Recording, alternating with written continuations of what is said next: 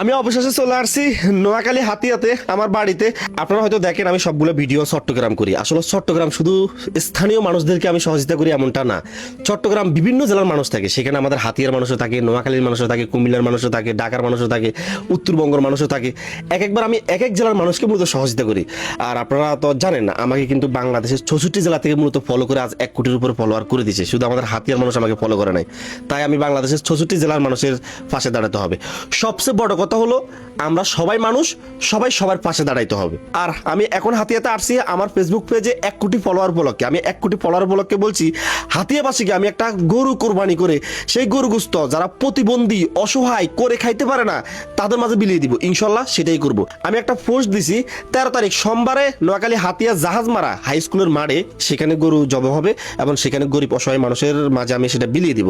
তবে প্রচুর পরিমাণে বৃষ্টির কারণে সেই প্রোগ্রামটা মিস হয়েছে। আমরা একদিন ডেট ফিক্স নামাই দিছি, সেটা হবে 14 তারিখ মঙ্গলবারে। যেহেতু হাতিয়াতে এখন পর্যন্ত ভারী বৃষ্টি, যদি হাই স্কুলের মাঠে কোনো প্রকারের পানি থাকে তাহলে তো সেখানে আমরা আর প্রোগ্রামটা করতে পারবো না।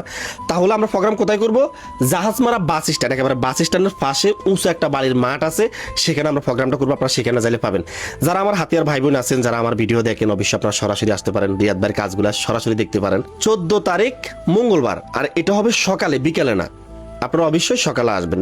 ভিডিওটা বেশি বেশি করে শেয়ার করেন আর অন্যান্য হাতিয়াবাসী যেন এই বিষয়টা জানতে পারে। সবাই ভালো থাকবেন।